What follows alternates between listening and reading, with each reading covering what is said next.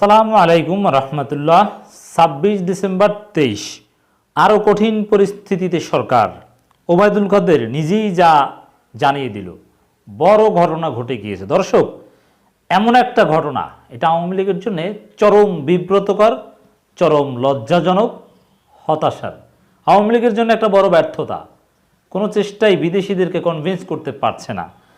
সভ্য গণতান্ত্রিক দেশগুলো এই নির্বাচনকে কি মনে করে, আজকে সেটা প্রমাণ হয়ে গিয়েছে। দর্শক, সামনে যে সরকারের জন্য আরও কতটা কঠিন পরিস্থিতি, ৭ জানুয়ারি নির্বাচন যে সভ্য, সিভিলাইজড, ডেমোক্রেটিক দেশগুলোর কাছে বৈধতা পাবে না, তার ইঙ্গিত অলরেডি পাওয়া গিয়েছে। দর্শক, আপনারা জানেন যে ইউরোপীয় ইউনিয়নের একটা প্রতিনিধি দলের সাথে আওয়ামী লীগের বৈঠক অনুষ্ঠিত হয়েছে আজকে বিকালে। সেই বৈঠকে যা ঘটেছে, এর চাইতে লজ্জার আর কিছু হতে পারে না আওয়ামী লীগের জন্য, সরকারের জন্য। বৈঠক শেষে ওবায়দুল কাদের নিজেই যা জানিয়ে দিয়েছেন, তাতেই প্রমাণিত হয় যে আওয়ামী লীগের কী অবস্থা, কতটা কঠিন পরিস্থিতিতে। বিদেশিরা এই নির্বাচনকে কীভাবে মূল্যায়ন করে। ইউরোপিয়ান বা অন্য কারো বক্তব্য আমরা এখন বিশ্লেষণ করছি না, সেটা পরে। শুধু ওবায়দুল কাদেরের বক্তব্য ধরে বিশ্লেষণ করছি। দেখেন, সংসদে বিরোধী দল কে হবে জানতে চেয়েছে ইউরোপীয় ইউনিয়ন। স্যার, নির্বাচন ৭ জানুয়ারি, তো বিরোধী দল কে হবে এটা যদি ইউরোপীয় ইউনিয়নের প্রতিনিধি দল ওবায়দুল কাদেরের সাথে আজকে ২৬ ডিসেম্বর জানতে চায়, তাহলে কি বোঝা যায় যে ইউরোপীয় ইউনিয়ন এই নির্বাচনকে কোনো নির্বাচন মনে করছে না। এই নির্বাচন যে ভাগ বাটোয়ারা, বিএনপি যে অভিযোগ করছে নির্বাচনের ফলাফল নির্ধারিত হয়ে গিয়েছে, তাহলে বিএনপির অভিযোগকে আমলে নিয়ে বা ইউরোপীয় ইউনিয়ন এটাই বিশ্বাস করে নিয়েছে যে ফলাফল ভাগ বাটোয়ারা নির্ধারিত হয়ে গিয়েছে। অতএব বিরোধী দল কে ওবায়দুল কাদের কাছে জিজ্ঞেস করছে, তাও নির্বাচন কমিশন বা অন্য কারো কাছে নয়, ওবায়দুল কাদেরের কাছে ইউরোপীয় ইউনিয়নের প্রতিনিধি দল জিজ্ঞেস করে বিরোধী দল কে হবে। অথচ নির্বাচনের এখনো অনেক দিন বাকি। এর মানে কি, এটাকে কোনো নির্বাচন মনে করছেন না, ফলাফলের দিকে কোনো আগ্রহ নাই। এই যে ভাগ বাটোয়ারা, ডামি নির্বাচন, এটাকে যদি ইউরোপীয় ইউনিয়ন নির্বাচন মনে করত, তাহলে বিরোধী দল কে হবে সেটা এখন জানতে চাওয়ার কথা নয়। বিরোধী দল কে হবে সেটা নির্বাচনের পরে বিষয়, ভোটে যারা হবে সেটা। কিন্তু এখন কেন? এর মানে এটাকে নির্বাচন মনে করছে না। শুধু এটাই নয়, তারা আরও জানতে চেয়েছে নির্বাচনের বাইরে যারা আছে তাদের নিয়ে। এর মানে নির্বাচন তাদের মূল কনসার্ন নয়, নির্বাচন বিরোধী যারা তাদের সম্পর্কেও জানতে চায়, তাও আবার ওবায়দুল কাদেরের সাথে। তিনি মন্ত্রী কাম আওয়ামী লীগের দ্বিতীয় গুরুত্বপূর্ণ ব্যক্তি, সাধারণ সম্পাদক। দ্বাদশ জাতীয় সংসদে বিরোধী দল কে হবে সে বিষয়ে ইউরোপীয় ইউনিয়ন প্রতিনিধি দলের সদস্যরা জানতে চেয়েছেন বলে জানিয়েছেন আওয়ামী লীগের সাধারণ সম্পাদক ওবায়দুল কাদের। কি একটা অবস্থা দেখলেন তো দর্শক। মঙ্গলবার ২৬ ডিসেম্বর বিকেলে রাজধানীর তেজগাঁওয়ে অবস্থিত ঢাকা জেলা আওয়ামী লীগের কার্যালয়ে আয়োজিত ব্রিফিংয়ে তিনি এই কথা জানান। দেখেন, এখানে একটা বিষয় যে আওয়ামী লীগের বড় প্রোগ্রাম রেখে রংপুরে না গিয়ে মাননীয় প্রধানমন্ত্রীকে বলে তাকে এখানে থাকতে হচ্ছে। নির্বাচনের প্রচারণা বাদ দিয়ে বিদেশিদের সাথে বৈঠক করতে হচ্ছে। এটাও একটা প্রমাণ যে কতটা চাপে আছে বিদেশিদের মাধ্যমে। কারণ এখন ওবায়দুল কাদের আওয়ামী লীগের সাধারণ সম্পাদক, তিনি নির্বাচন নিয়ে ব্যস্ত থাকবেন। কূটনীতিকদের সময় দেওয়া এখন মোটেও কাজ হতে পারে না, বাধ্য হয়ে সময় দিচ্ছে। আবার যেসব প্রশ্নের মুখোমুখি হচ্ছে নিজেরাই বলে দিচ্ছে। এর চাইতে লজ্জার আর কিছু হতে পারে না দর্শক। এর আগে বিকাল ৪টার দিকে একই কার্যালয়ে ইউরোপীয় ইউনিয়নের প্রতিনিধি দলের সঙ্গে বৈঠক করেন আওয়ামী লীগের সাধারণ সম্পাদকের নেতৃত্বে একটি প্রতিনিধি দল। বিরোধী দল কী হবে, জিএম কাদের হবেন না ইগল প্রতীক তাদেরকে বানাবেন? আমাদের যেরকম এটা নিয়ে আগ্রহ রয়েছে, বিরোধী দলেরও আগ্রহ সেটা নিয়ে। নির্বাচন, ভোট, এটা নিয়ে আগ্রহ নাই, আগ্রহ বিরোধী দল কী হবে। এখন দেখেন, সরকারি দল কারা হবে সেটা ইউরোপীয় ইউনিয়ন নিশ্চিত বলে সরকারি দল কী হবে সেটা জানতে চায়নি। কারণ সরকার যে আবার আওয়ামী লীগই হবে, আওয়ামী লীগই যদি নির্বাচনে জিততে যাচ্ছে, এতে কারো বিন্দুমাত্র সন্দেহ নাই। এই জন্য শুধু বিরোধী দল কারা হবে সেটা জানতে চাচ্ছে। এখন সরকার কারা হবে সেটা যদি 100% নিশ্চিত হয়, সেটাকে কি কোনো নির্বাচন বলা যায়? সেটাকে নির্বাচন বললেও এটা কি কোনো প্রতিযোগিতামূলক, প্রতিদ্বন্দ্বিতামূলক নির্বাচন বলার সুযোগ আছে? যে নির্বাচনে সরকার কারা হবে এটা 100% নিশ্চিত করে বলা যায় নাই। আর বিরোধী দল কারা হবে সেটাও নিশ্চিত, তবে এটা আওয়ামী লীগ যাকে ভাগ বাটোয়ারা, যাকে যা সুযোগ দেবে সেটা। এখন বিরোধী দল বানানো নিয়ে আওয়ামী লীগ একটু চমক দেখাবে, এই হাইপটা রেখে দিচ্ছে। এই কারণে বিদেশিরা সেটাই জানতে চাচ্ছে, নির্বাচনের প্রক্রিয়া অমুক তমুক, জনগণ ভোট দিতে পারবে কিনা, অথবা লেভেল প্লেইং ফিল্ড, এইসব বিষয়ে কোনো জানা নেই। যেসব বিষয়ে জানতে চাওয়ার কথা এই নির্বাচন নিয়ে আগ্রহ থাকলে, সেসব বিষয় নিয়ে প্রশ্নই নাই। ওবায়দুল কাদের বলেন, ইউরোপীয় ইউনিয়নের প্রতিনিধিরা নির্বাচনে স্বতন্ত্র প্রার্থীদের বিষয়ে জানতে চেয়েছেন। তারা বলেছেন, শুধু কি আওয়ামী লীগের লোকজনই স্বতন্ত্র প্রার্থী? এর মানে কি? যে আওয়ামী লীগ নিজেরা নির্বাচন করছে, এটি তারা জিজ্ঞেস করছে যে আপনারা নিজেরাই সবাই না অন্য কেউ আছে?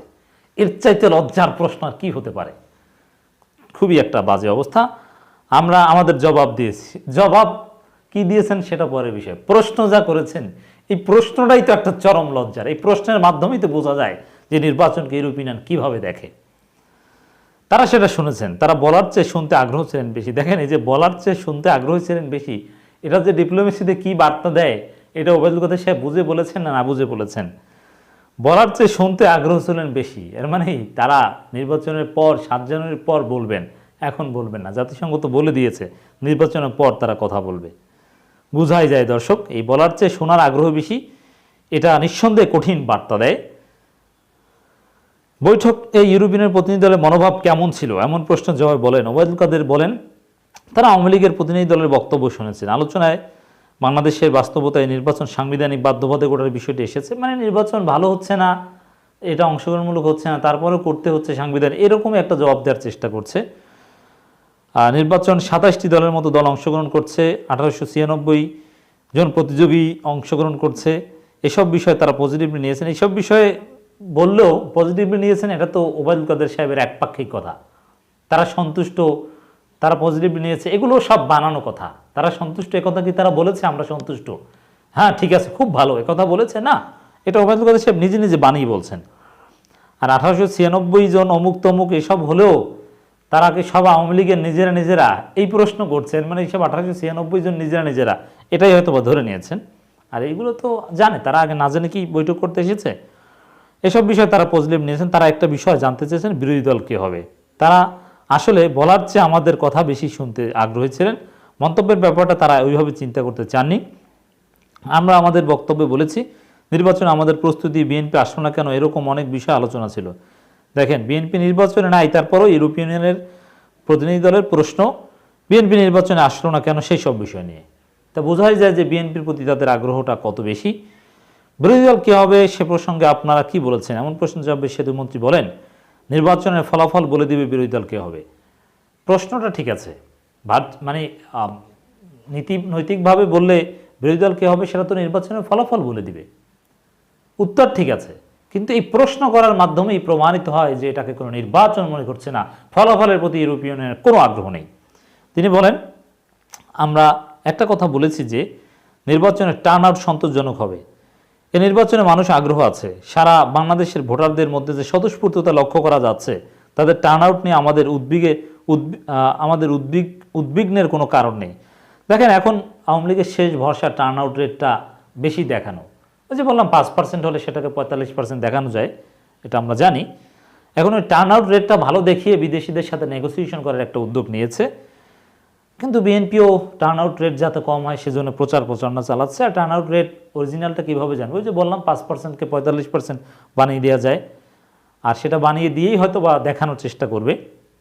আর জোর জবরদস্তি করে অনেককে ভোট কেন্দ্রে আনার চেষ্টা আমরা তো দেখতে পাচ্ছি। তারপর বিএনপি সমালোচনা করেছেন অমুক তমুক, এগুলো মুখস্থ কথা। বিএনপি সমালোচনা বা মুখস্থ কথা এগুলো যাই বলুক না কেন, এগুলোর তারেক রহমান রিমোট কন্ট্রোলে আন্দোলন না করে দেশে আসতে বলছেন। দেশে আসতে তো গ্রেপ্তার করতে পারবেন, এটা একটা ফাঁদ। বিএনপি কি বোকা তারেক রহমান যে দেশে এসে গ্রেপ্তার হবে? বরং বিদেশে বসে তো ভার্চুয়ালি অনলাইনে দলকে নেতৃত্ব দিতে পারছে। তো সেই সুযোগটা কেন হারিয়ে এসে জেলে বসবে? এটা কোনো কথা? ওবায়দুল কাদের সাহেব কী বুদ্ধি দিচ্ছেন? যাই হোক, এর চাইতে লজ্জাজনক কিছু হতে পারে বলে আমি মনে করি না। দর্শক, আওয়ামী লীগ কিন্তু যুক্তরাষ্ট্রের চেয়ে ইউরোপিয়ান ইউনিয়নের ক্ষেত্রে একটু প্লেসড। যে যুক্তরাষ্ট্র খুব সিরিয়াস, যুক্তরাষ্ট্র বেশি কথা বলে, পিটার হাস ভালো না, পিটার হাসকে পেটাতে হবে, পিটার হাসকে ওই করতে হবে সেই করতে হবে, কত কথাবার্তা পিটার হাসকে বলেছে। কিন্তু সেই অর্থে ইউরোপীয় ইউনিয়নের বিরুদ্ধে কিন্তু প্রকাশ্যে এরকম কথাবার্তা বলেনি। তবে হ্যাঁ, ইউরোপীয় পার্লামেন্টে আপনারা জানেন যে বাংলাদেশে মানবাধিকার পরিস্থিতি অবনতি হয়েছে, এই শীর্ষক যে প্রস্তাব গ্রহণ করা হয়েছিল তাতে হতাশা ব্যক্ত করেছিল সরকার। আবার এর আগে আপনারা এটাও দেখেছিলেন, কিছুদিন আগে ইউরোপিয়ান ইউনিয়ন পার্লামেন্টের কিছু সদস্য তারা চিঠি দিয়েছে বাংলাদেশের বিরুদ্ধে নিষেধাজ্ঞা দেওয়ার জন্যে। এরকম অনেক ঘটনা ঘটেছে। এখন বোঝেন, ইউরোপীয় ইউনিয়নের বক্তব্য থেকেই তো বুঝিয়ে দিলাম যে এটাকে তারা নির্বাচন মনে করছে না, যে ইউরোপীয় ইউনিয়নের ক্ষেত্রে আওয়ামী লীগ অনেকটা প্লেসড। তাহলে আমেরিকা এই নির্বাচনকে কি মনে করে, জাতিসংঘ এই নির্বাচনকে কি মনে করে, তারা কতটা কঠিন, তাদের প্রতি আওয়ামী লীগের ক্ষোভ এই মুহূর্তে কতটা চিন্তায় আছে। ইউরোপিয়ানের এই বক্তব্য সামনে আনলেই বোঝা যায় যে আমেরিকার চাইতে অনেক গুণ বেশি কঠিন বাংলাদেশের নির্বাচন নিয়ে।